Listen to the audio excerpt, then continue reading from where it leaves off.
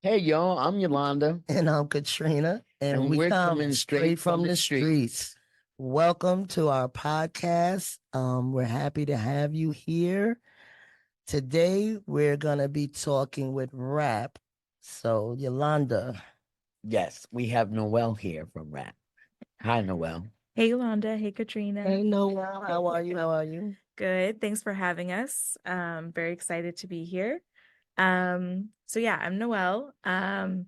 Westchester, excuse me, Westchester Hudson Valley Organizer from RAPP, Release Aging People in Prison Campaign, grassroots legislative advocacy group, created and led by formerly incarcerated people and their families. And we're here to, work to help end mass incarceration and reunite families and people with their loved ones. I got involved with the work. Basically, I used to work in the New York State Legislature, and I met with RAPP as a staffer for a senator and was completely moved by the stories and the folks that I met, that I basically was ready to throw down for anything that they needed. I wanted a new job, and so I was the first organizer in Westchester and Hudson Valley for them, and I've been with them for 4 years now. Mm. Um, it's super important to me because I fully believe in second chances. I fully believe that people are worth more than the worst thing that they've ever done. I personally am not impacted by the issues. I've never been incarcerated and I don't have family members that have. But for me, I've had a lot of friends who have gone through drug addiction, who have gone through passing in that way. And so for me, I think when I see people redeem themselves and change and move forward in their life, I want to be a part of that and support those folks. And I think for me too, just working on prison issues is fully a racial justice issue. I grew up in Yonkers, New York my whole life, born in the Bronx. And so I think for me, all of the communities that I've been a part of have been touched by incarceration. And so it's extremely important to me to push back and fight back against that system that has completely harmed so many of the communities that I've been a part of. And yeah, and that's why I do this work and to meet amazing people like all y'all. So Can you tell me what RAPP stands for again? sure, it's Release Aging People in Prison campaign. Okay. So, what is the guidelines basically that you're trying to get passed for the releasing the aged people in prison? Like, can you tell us a little bit about that? Sure. Yeah. Well, RAPP was founded by three folks, Mujahid Fareed, Laura Whitehorn, and Kathy Boudin, and three amazingly formerly incarcerated folks who grew older in prison and saw sort of the death by incarceration sentences were extremely harmful. The, rate at folks aging in prison was super scary and harsh. And also the fact that folks were constantly being denied parole based solely on the nature of your crime, something that can be terrible, can be ugly, can be bad, but can never be changed. And so if we believe in redemption, if we believe in second chances, that folks deserve that chance to be seen for who they are now and not something that happened 20, 30, 40 years ago that unfortunately can't be undone. But people can change and people can do better and then hopefully come home and atone for any harm that they've caused. And so with that framework and that baseline is sort of where RAPP came from. And there's three different ways that we sort of address that issue. Is one with our People's Campaign for Parole Justice, that you see the shirt that Katrina's rocking. And so that basically is the two bills that we're fighting for, which I can talk about in a second. And then the other sort of pillar of our work is our clemency work. So people who need medical clemency, people who basically have life without parole sentences, who wouldn't have a chance to go home if they, don't get clemency. And then the third part of that pillar of our work is reforming the parole board. So making sure that there are commissioners on the board who actually are aligned with progressive values, that see people for who they are and can understand all of the conditions that lead to crime, people who have social work background, people who have religious background, people who have a background in drug addiction counseling or things that can actually understand why someone ends up behind the walls, and not just more cops and more correctional officers and more people who sort of see folks as criminals and not as people. So those are the three pillars of our work, and the parole justice campaign is kind of the lifeblood of the work that we do. And that is the two bills that we're trying to get passed in the legislature that address aging in prison and also that issue of folks being denied for the nature of their crime. Well, that's amazing. What do you think about that, Londa? Yeah, I think that's great. Especially the clemency part, but I know my brother is fighting for that right now. Excuse me. Yeah. Yeah, no, it's super important. Folks don't have an opportunity to. Clemency is something that is very hard to get. Folks have said it's like, needle in a haystack luck to get granted clemency. And through the work of RAPP, we've pushed Governor Hochul specifically to grant clemencies on a rolling basis, and she has committed to that. Previously with Governor Cuomo, it was like a once a year Christmas time gift that they would give out to maybe 5 or 6 people. Right. And now there's a little bit of a rolling basis. So we get, maybe 2 clemencies every 2, 3, maybe 5, 6 clemencies every couple of months. Wow. Which has been a huge A significance, huge jump, right. And we still need to push more. We still need her to grant clemencies to people who were convicted of violent felonies and not just nonviolent felonies, to expand that and make that more fair. But to have the rolling basis clemencies gives folks a lot more hope than they previously had. A lot of what I'm hearing here, maybe I'm hearing wrong, but a lot of what I'm hearing here is basically that the people who govern the system don't believe in their own system, that they don't believe people change. But we have a whole lot of people out here in the world that know people change. And the reason we know that, because I'm formerly incarcerated. Me too. I did 2 state bids, 04.5 and 9. And in Albion Correctional Facility, the female facility, what was sad to me was the medical unit. Mm-hmm. People who had to be pushed in wheelchairs, people who had lost legs while they were locked up, people who deserved a second chance, like you say, and that was one thing that made me say, if nothing changes, nothing changes. I can't come back here.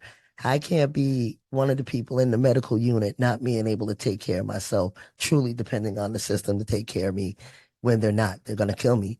Tylenol is the answer for everything that ails you in the penitentiary.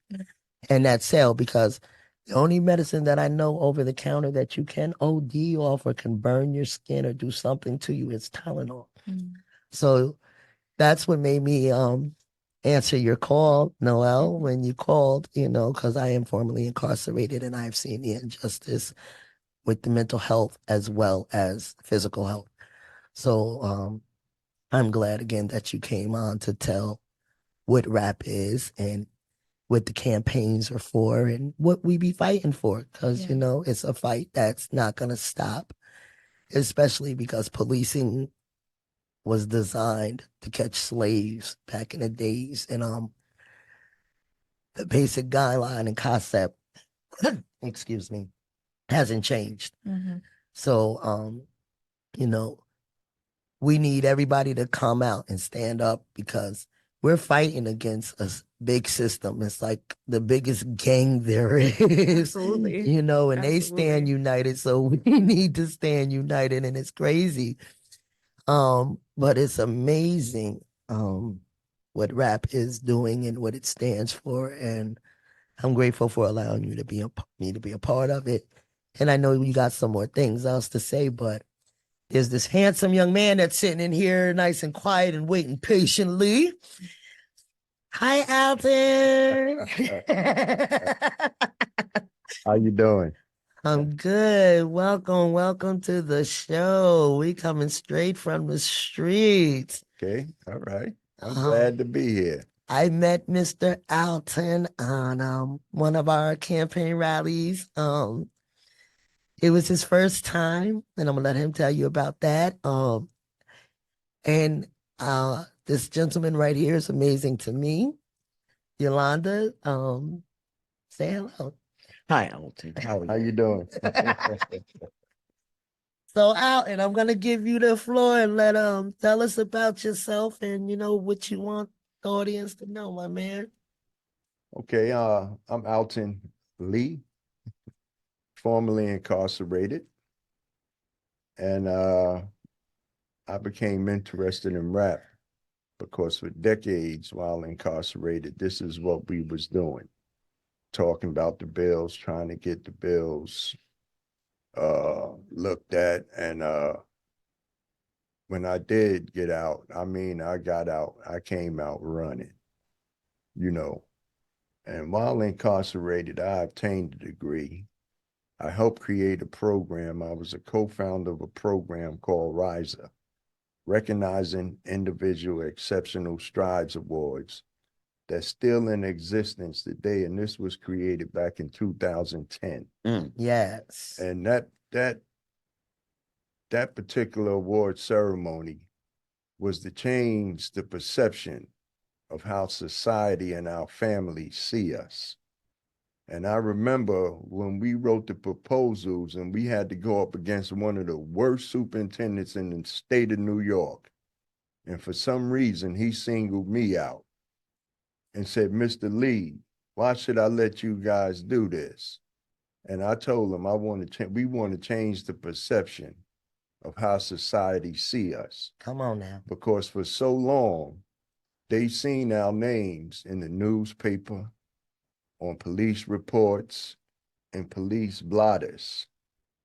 So now they're going to see themselves being recognized for doing positive and proactive things in an exceptionally manner.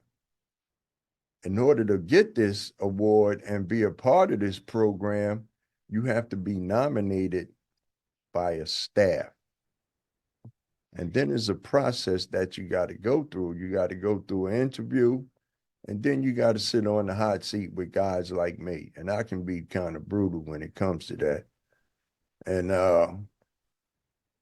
I've taught several things while I was incarcerated. Outside of gaining my associate's degree, I became a counselor in two fields: alcoholic and substance abuse, Come on now. and HIV and AIDS. Mm. And for decades, I taught them both. Now, I'm leaving one thing out, but I'm going to bring y'all up to speed. I'm also a veteran, honorably discharged from the United States Army. And I served almost 13 years in the military. To be honorably discharged, to come out, and a few years later, serve almost a quarter century in the New York State Penitentiary system. My God. Wow. And during my time of incarceration, like I said, I obtained quite a few things. I ran all the sports in every jail I was in. I facilitated every program.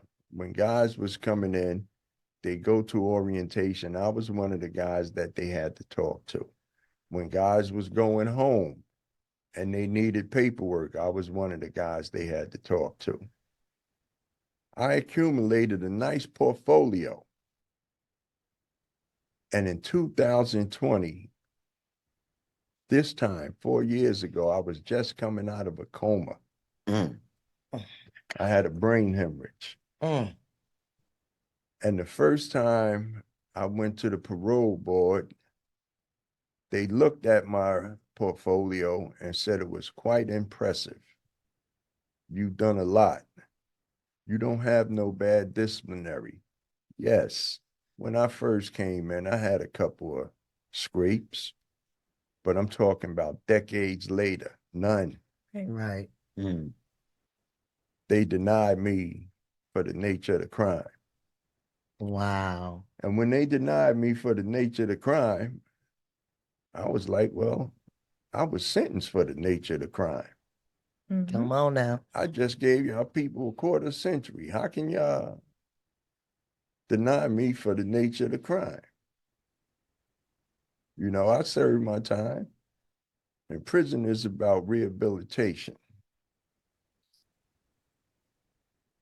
And I like to pat myself on the back because along with quite a few of us, I could have been a poster child for rehabilitation with Come what on I now. with what I obtained, Mhm. along with quite a few of my buddies. Come on, Come talk on about now. it. You know, Recognize, that's right. I'm not by myself with this, you know, and they was waiting on me when I came out, you know. The next time I went to the board, I just told you I was a veteran. I just told you how much I obtained. But they told me I was unfit for society. Wow. Wow. How can I be unfit for society when I protected the same people Mhm. that Mm, just denied me mm. again? Wow. You know, those Patriot missiles that you see them using and that they used in Kuwait, I was one of the guys that taught guys how to use them. But I'm unfit for society. Wow. So now you got a pretty good idea why I sit here trying to fight for not only the veterans that I left, but it's a lot of good guys that I know that's still doing positive and proactive things. While I was on my way here this morning, I was talking to Noel, and I was telling her about a guy that when I was leaving, I could see the tears in his eyes. Mm. You know, he don't talk to a lot of people, and you got quite a few like that, because I was like that. If you was living a certain lifestyle, I didn't want to be involved with you. I kept a very tight knit of people who I dealt with. And he was like, I don't know what I'm going to do now. And I don't want to downplay this, but what can I do? I want to get back to my family. And I said, you got to write the courts. You got to put petitions in. You got to do 440s. You know, you got to do Article 78s. He had no idea.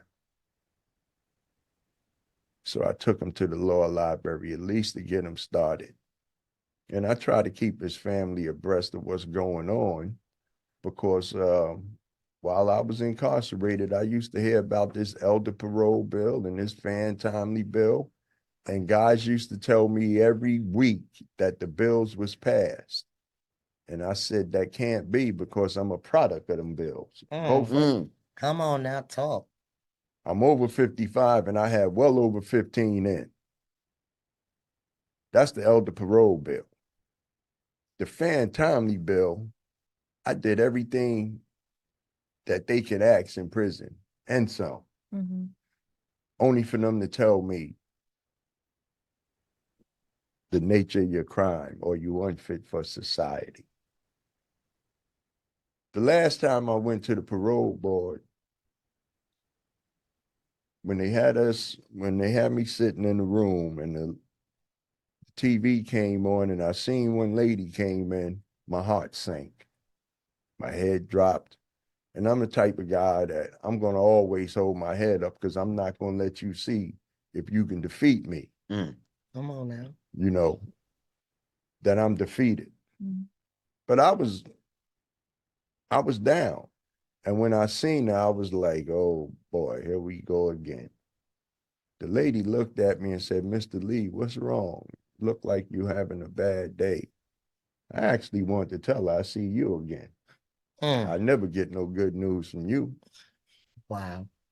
But when that lady said, if we release you this time, it was like I went back to the military and I sat at the position of attention because she had got my attention. When they start talking that, now they talking about releasing you. Right. And I gave them my plan. Now, a lot of people don't know in society don't know that when you go to that parole board, you have to make a packet. And they looking for how Are you a threat to society? Were you a threat to the prison system? Do you have family support? Do you have a job lined up? They looking for a plan. Right. I had a concrete plan. I'm a veteran now. I had a concrete plan, excuse me. And the veterans have a reentry program. Mm. Because before I was incarcerated, I was one of those guys that was taking homeless vets off the street and recently released from prison. Wow. So when the next parole commissioner came on, she was pretty easy. And I was feeling kind of good until I got to the third one, because everything that I said, she counted it. But being that I was with guys that had been to multiple boards, and I have been to a couple of boards myself, I knew she was trying to generate a feeling. I had a violent crime, right? And when I was sentenced, they used my military background against me. Wow. Said I was a trained soldier. So she was trying to generate those feelings so I can jump through that TV screen. But I picked up on it. Everybody can't pick up on stuff. Mhm. Come on now. You know, everybody don't surround themselves with the kind of guys that's going to help them get out and do the right thing. Not just get out, but stay out. Yeah. See? And that's what this whole thing is about. Not just getting out, but staying out. Right. My way of staying out, I destroyed a family. Anytime you hurt one, you hurt a bunch. I destroyed a family. I hurt my family. Right? So I can't atone for what I did, but what I can do is try to help as many as I can. Right. Mhm. Right. You know, I have close contact with my sons. I have close contacts with a bunch of my nieces and nephews. You know, I can go on and say I'm the youngest of 7 boys, Wow. and none of them is alive today. And none of them reach my age that I'm presently is right now. That's amazing. So I try to keep in touch. When they say, do you got family support? Yeah, they was right there for me. Don't forget, I did that whole bid by myself Wow. because I wanted to. I put myself in prison. They didn't. Now that's deep. They have a life to live of their own. If I make it out here, I deal with them myself. I survived the system, Come on now. Come on. Come on now. you know, Oh. and I deal with my family today. And they always tell me how they miss me and why didn't I try to get in contact with them? Because when we put ourselves in prison, we put our families and our loved ones in prison. Yeah. Talk about it. I wasn't going to do that to them. Talk about it. They don't owe me anything. I did that to myself. Alton, let me ask you a question. Because you really did survive the system. You made a statement that you had a medical situation while incarcerated. And before we go back to Noel, can you please, because see, I know the story, and could you let the rest of the world know your story? Because you're a miracle.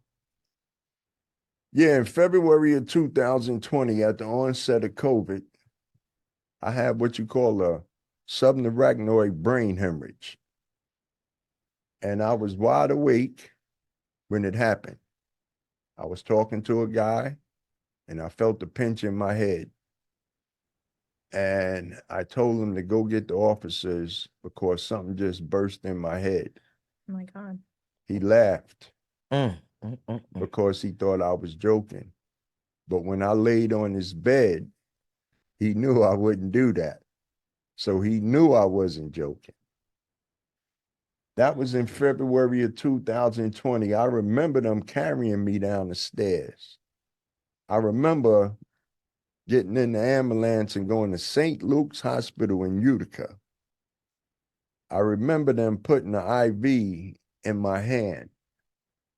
And the next thing I remember, it was May of 2020.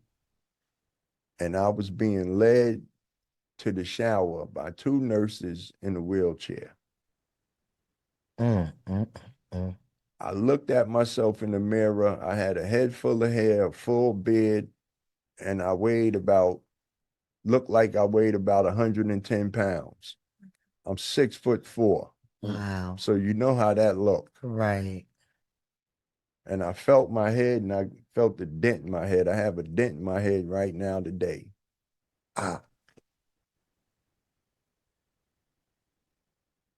There it is.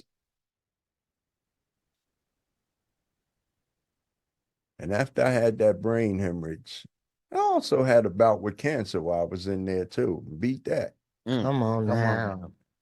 you know? Goodness. God left me here for a reason. Mhm. For sure. For sure, for sure. And I always ask him why. This is why right here. Doing what I do. Thank you, Alton. Thank you so much. It is an honor to have you here because, like I said, I knew your story, so I knew you was a walking miracle. Wow. That was deep. That that was like, Yeah, out wow. the truth. Right. That's some straight from the street for real. Yeah. So Noel, What can we do to support RAPP? Yes. So there are lots of ways to get involved. Similarly to Al, who's one of our like newest members who's thrown down so amazingly and is just super committed and dedicated to be a community leader, to join us and do this kind of work. Like Katrina had mentioned, going up to Albany, talking to legislators, telling them y'all's stories. So much, I think, to Katrina's point earlier about the legislators don't believe in their own system. They say, oh, you should be rehabilitated, and then yet they continue to punish and perpetually resentence. Like Al was talking about going to the board. I already did my time. I should be sitting here talking through my plan with y'all. I should be sitting here being congratulated for the work that I've done, not sort of continuing to be resentenced and judged for what had happened. That already happened Right. at the court when they sentenced you. You shouldn't have to keep answering for that. And oftentimes it's sometimes the most traumatic moment in your life. Y'all both know, being formerly incarcerated women, domestic violence is a huge reason why so many women are incarcerated. Yep. Imagine having to sit in front of a group of people, judge you for how you got out of the situation, how you survived, and tell you, well, that was wrong. And it doesn't matter whether you were a victim or survivor too. And now you have to keep doing time in prison because you're the bad guy. So this is one of the inherent flaws of the system, and that's why it's so important to have folks, and that's why it's so important that RAPP has folks who are deeply impacted by the system, either in themselves personally or familially. They have family members or communally. Just, you grew up seeing friends, community members, someone's cousin's brother go to prison, and just knowing the impact that has on one's community, the psyche, your opportunities, your resources, all of those things. And so that's why we need folks involved and we need folks to come together for us. We right now, since the legislative session is over, we're really in deep community base building moment right now. So we're going to be door knocking in impacted communities. We're going to be going to, festivals, parks, farmers markets, town fairs, meeting people, tabling, trying to get the word out as much as possible and get people involved. if we're going to be hosting community events. So previously we have like a short documentary called The Interview that basically highlights 5 or 6 people's stories. And they tell the story of their parole board experience, people who've been denied multiple times. And then we'll do like a panel. Al has come and spoken on a panel before, which was like really amazing because he was on the panel with our executive director, Jose Saldana, and parole preparations, Anthony Dixon, who Al did a lot of time with, and they were Awesome. buddies inside, and now they're out doing this work. a panel, you Yes. know, talking about their lives and their experience. So that's the kind of stuff that folks can like expect when they go to something like that. And we are trying to collect postcards to send to legislators. We're trying to host events. We're trying to partner with a bunch of other community groups. So people who do grassroots work in their community, like a Rise Up Kingston, like folks who do this work, Engine in the communities, and get them involved. People who are impacted and people who are not, because we need allied folks to be involved in the work, and just spread the message as far and as wide as possible. End this stigma of incarceration, and continue to highlight the amazing stories, because the media and the news and all of those folks want to demonize incarcerated folks to no end, want to say, bail reform has criminals out on the street, people are dying and people are getting hurt and all of these things. And we know to a degree crime is happening, but that's because people are poor, because people have mental health issues, because people are in distress, people are not being taken care of, their needs are not being met. They have no homes. And Exactly. They have like, no come homes, on. no housing. Exactly. They are returning home from war. They're returning Right. home from prison. They're returning home, to addiction, to abuse, to all of these things. So we know that's where quote unquote crime is coming from, not just because people are bad and evil and want to hurt one another. And so the sooner we can destigmatize that and actually lift up the stories of folks the hundreds of thousands of people who come home, who do amazing work, who just live their lives, who spend time with their nieces and their nephews, who do podcasts talking about this work, who, just go to work and come home and have a partner and have a dog and just, do regular life things and are not just, don't have to be extraordinary, but just deserve that second chance to be in community with everybody else. And as soon as we stop, talking about the one person who did something terrible after they came home, and ignoring the thousands of other people who did right and have just lived their lives and have given back and have been amazing and had full lives, that's when we can really like destigmatize everything that goes on with prison, and then actually bring people home in a real meaningful way, to be violence interrupters, to be community members, to be coaches, to be faith leaders, to do all the things that we want those folks to do, that they deserve to do, that they're already doing. Whether they're doing it in the prison or whether they're doing it in the street, it's getting done. And you need them inside just as well as outside. But there is a time where, in a place where it's just like, hey, enough is enough. Let's bring people home. Alton, you got something to say, bro?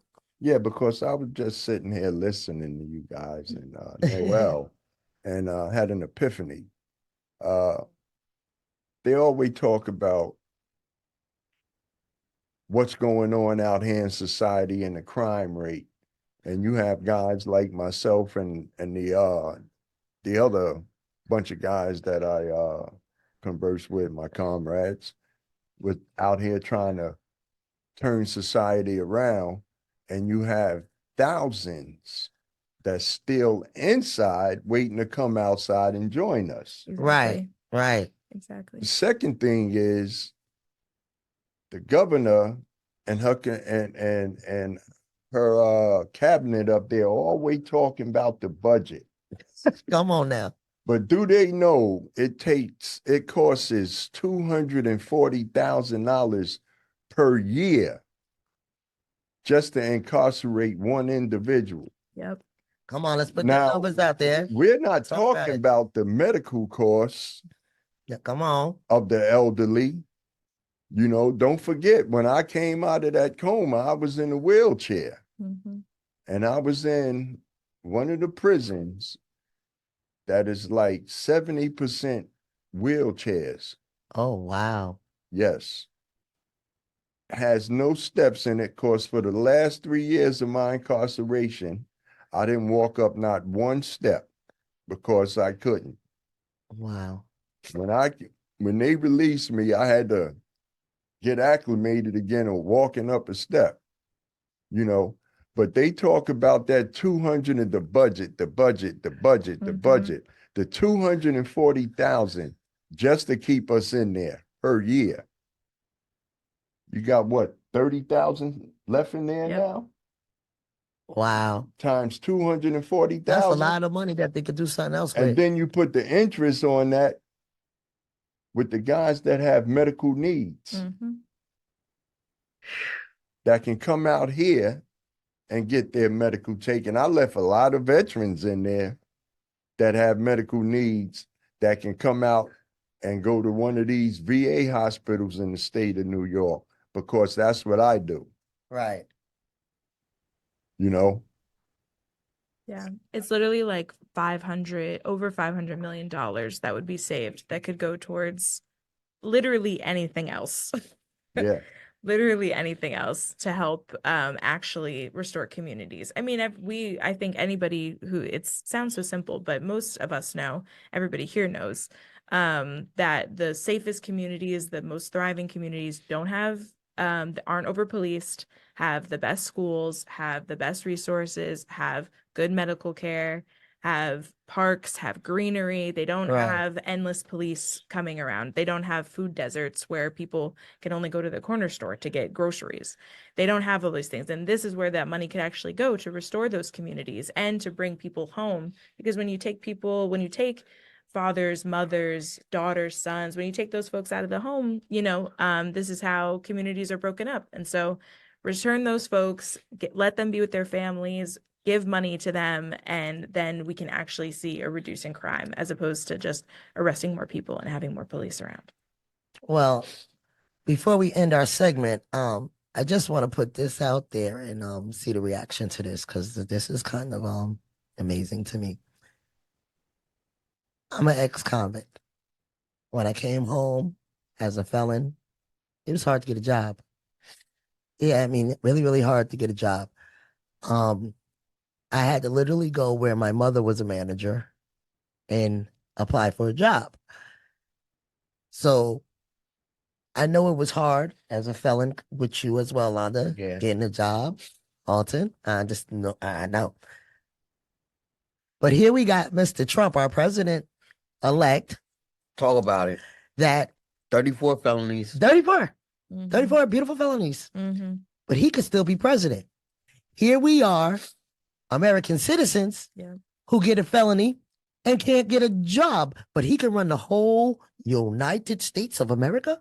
Can somebody please make that make sense to me real quick? Please. I just somebody just say something. Because I don't get it. Yeah, it don't make no sense. Plus, he was scared to go to war.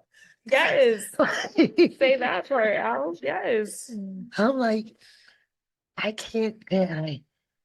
How do they do this? Yeah. How?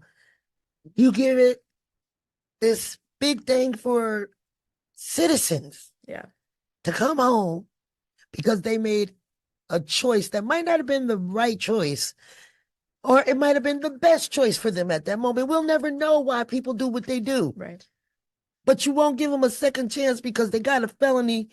You can't get a job, or you got to be bonded, or you can't have this certain crime. Right. Well, yeah. But here we got somebody that has the whole world in his hand with 34 felonies that can still be on house arrest, White House arrest. Yep. That's a key word, I think. White. Yeah. White House. I think that's the key word, white. Yo, take us away, girl. Well, it's been an eye lifter, an eye open upper to have y'all both here. I'm glad I did this. Right. I really am. Yo. Thank you guys for showing up. We look forward to helping you out in any way we can.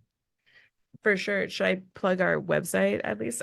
Yo, go tell them. Tell them the Yeah. information. Tell them how to reach out if they want to step up and step in and let it flow. Yeah.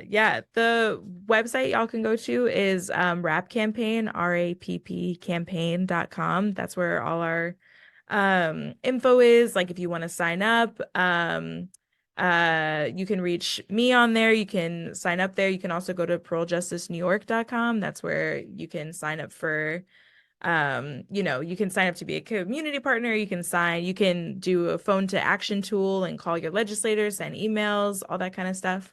And yeah, just especially if you're in the Kingston area, would love to connect with y'all, build support here. We have legislative support here, but we need, we continue to build and we need to have more. And just because legislators say yes to one thing today doesn't mean that they're going to do it. We need to literally hold their feet to the fire, keep on them, the proverbial foot on their neck. They have it on us. We need to put it on them. And so that's why we need to continue to build community support to hold them accountable to what they say they're going to do and support us. So all of those ways are amazing to help and support. And love is love. Thank you. Thank you for showing up. Thank you for speaking, Alton. Thank you for showing up. Thank you for speaking your truth. Again, you're amazing. You're a miracle. I'm honored to have met you, and I look forward to us doing more work together. You already know Noel. I'm Katrina, I'm Yolanda. and we coming straight from the streets. Thanks, guys. That was an awesome. Thank you.